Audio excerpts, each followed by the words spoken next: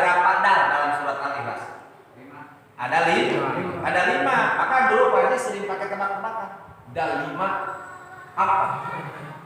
Apa artinya dal 5? Dal 5 itu ya Pancasila. Tuh. Pancasila itu pancakan 5. Surat Al-Ikhlas juga ayatnya ada 5. Semua ujungnya adalah huruf dal. Coba. Qul huwallahu ahad. Allahus lam yalid wa lam yulad wa lam yakul lahu kufuwan ahad. Waduh, kalau nanti mau dibikin trisila bisa tekor itu. Ya, apalagi kasih. Nah, makanya ini Pancasila, satu ketuhanan yang maha. Kalau dalam surat Al-Ikhlas satu, qul huwallahu ahad. Tuh, itu intinya.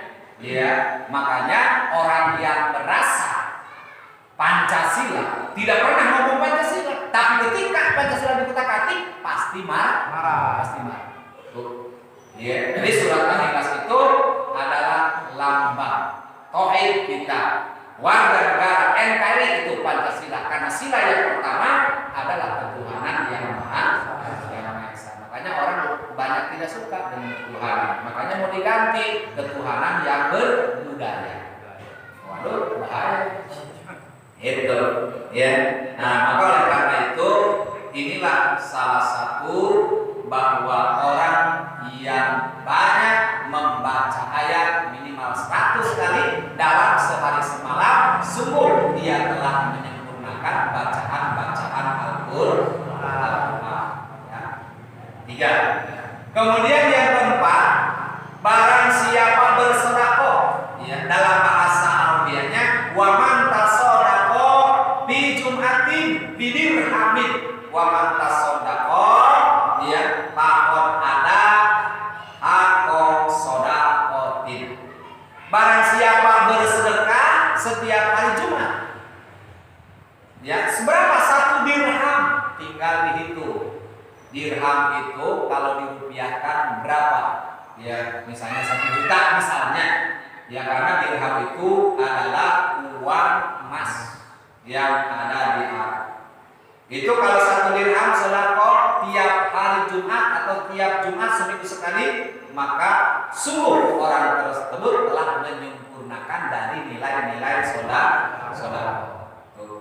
Nah, maka di sini kita akan simpulkan ada keterangan, ya, yang dimaksud sholat sunnah 12 rakaat di sini. Ini perinciannya. Mana sebagai berikut. 2 rakaat sebelum subuh. Biasa orang menyebut sholat sunnah fajar. Itu sebelum subuh. Apakah ada ba'diyah? Tidak ada. Tidak ada orang diberitakan sholat sesudah sholat subuh, kecuali sholat yang karena hajat, karena yang lain, karena kejadian. Ya, kalau misalnya tadi rawatib nggak ada, itu kalau subuh. Yang ada sebelum 2. Kemudian 2 rakaat sebelum zuhur, berarti qobliyah 2 rakaat.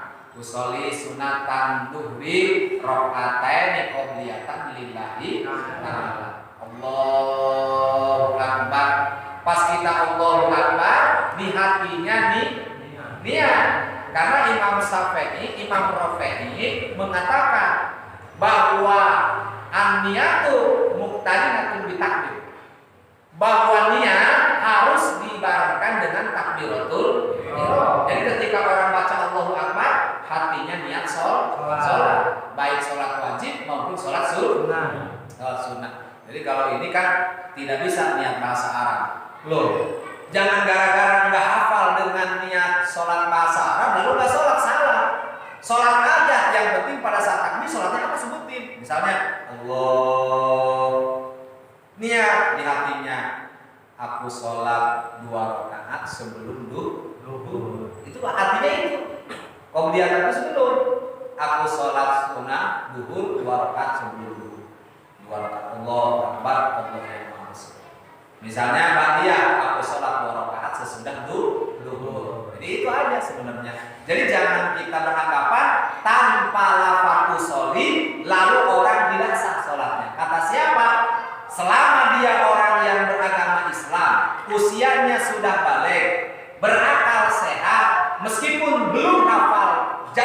sampai sholat tetap berkewajiban sholat meskipun belum bisa.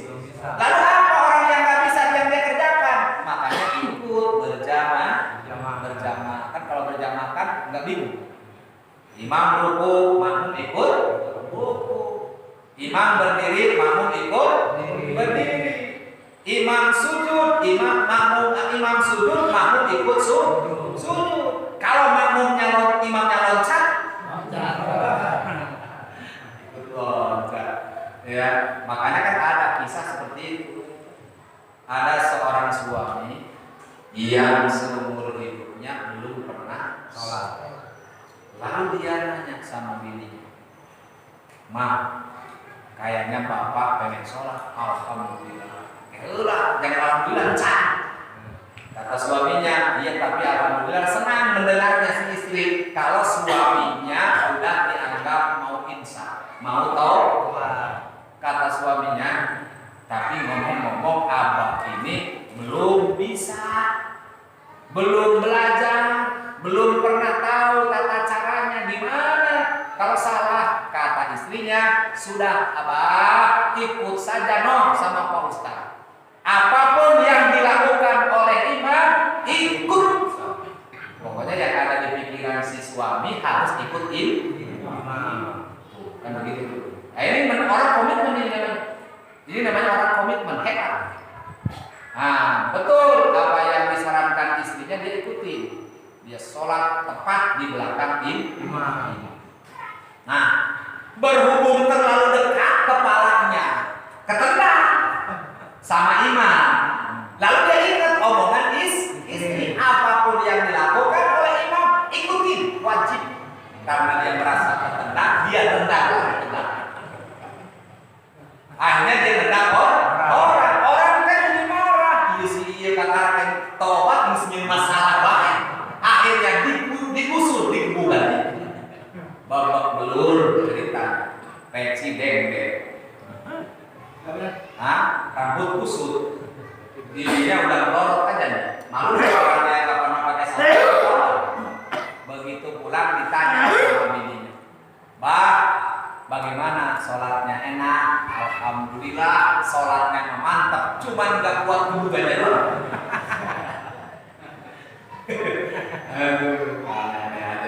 Nah inilah komitmen ya. Tapi artinya kalau hal yang negatif mah jangan diikut. Kan di dalam sholat juga kan ada bahasa isyarat tuh. Misalnya nih, saya sholat jadi imam.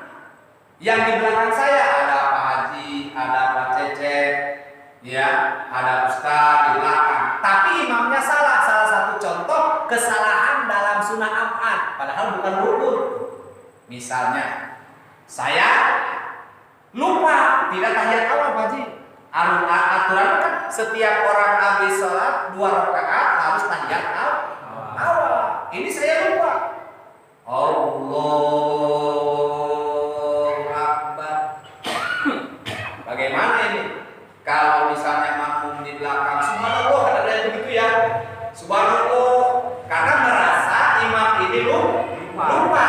Imam ini merasa salah, makmum ingat. Lalu si makmum itu membaca isyarat, memberikan isyarat dengan kalimat subhanallah. Karena imamnya tahu ilmu fikihnya, jadi dia nggak nurut sama makmum. Akhirnya dia nggak terus Bismillahirrahmanirrahim.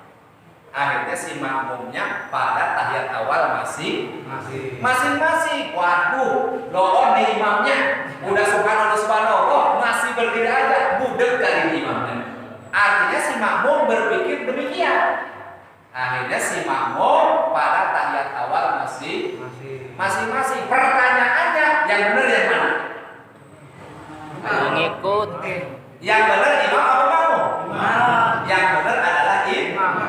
Kenapa? Karena ini tahiyat awal bukan wajib, hukumnya sunnah af'al. Artinya masih ada pengganti tahiyat awal, yaitu sujud sahwi. Berarti ikut aja.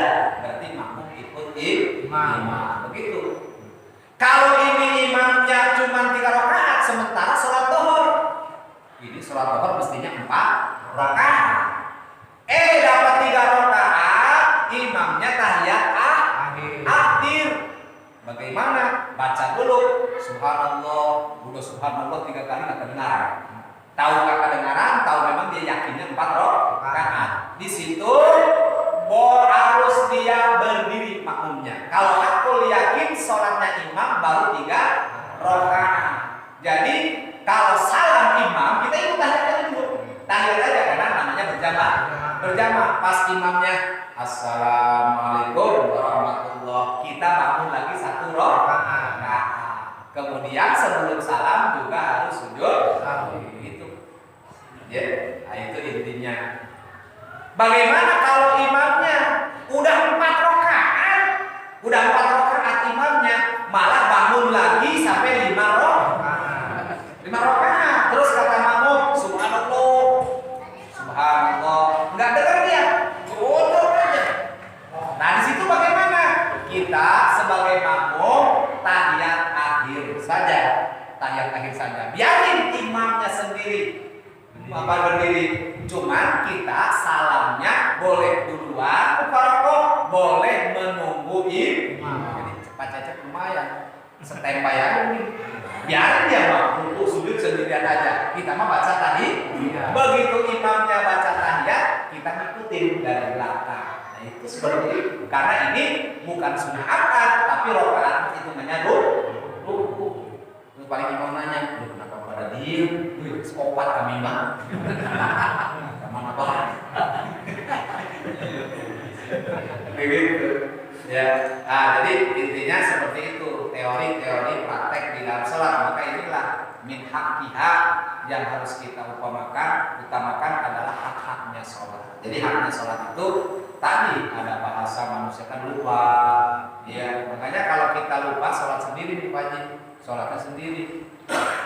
Udah 3 apa udah 4? Nah, kurang 4 apa 3? Maka kita simpulkan baru 3. Artinya ngambil hitungan yang sedikit. Kalaupun memang pada dasarnya udah 4 karena ragu, nanti ragu kita ngambil yang sedikit. Jadi dari 3 kurang berapa? Tambah kita 1. Itu kalau kita sholatnya ragu. Kemudian 2 rakaat sesudah zuhur. Tadi sebelum 2 sesudah 2. Jadi kalau 2 ditambah 2 udah berapa? 4. Pertama sebelum subuh 2 berapa? 6. Jadi 4 tambah 2 jadi 6. Kemudian 2 rakaat sebelum asar. Berarti bagiannya tidak ada seperti sebelumnya asar. Ada sebelumnya, tidak ada sesudahnya. 6 ditambah 2 jumlahnya adalah 8. Ya. Nah, kemudian 2 rakaat lagi sesudah maghrib. Kok jadi 10? Belum, karena ini 2 pendapat. Kalau yang 10 qobliyah qobliyahnya cuma 2. Kalau pengen 12 tambahin 2 rakaat qobliyahnya jadi 4. Meskipun niatnya gitu-gitu juga. 2 kali salam berarti ya.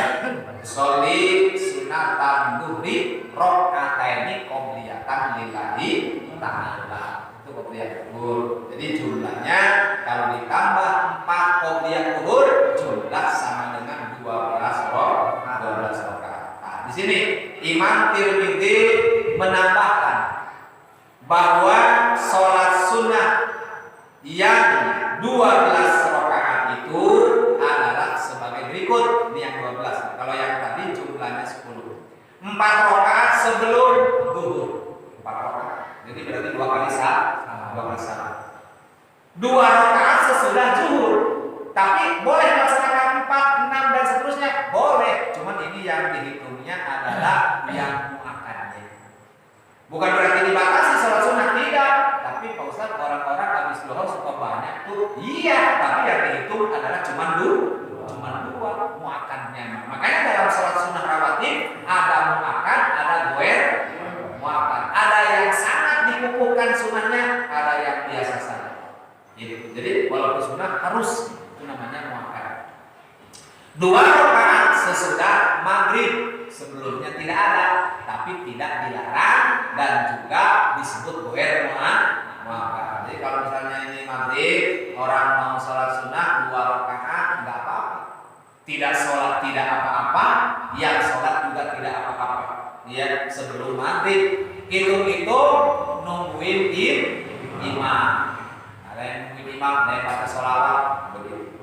Satu untuk datang imam, woi besok sholawatan sampai dibuka jendela. Allahumma sholli sholatan dari kadang-kadang apa? Itu. Ya kalau imam nak balik kampung atau ke komat-komat. Ya, itu. Maka di sini disebutkan 2 rakaat sesudah zuhur, 2 rakaat sesudah maghrib, 2 rakaat sesudah isya. Sesudah isya berarti bagaimana niatnya kalau maghrib? Usolli sunatan maghribi rakaataini ba'diyatan. Jadi niatnya itu enggak bingung.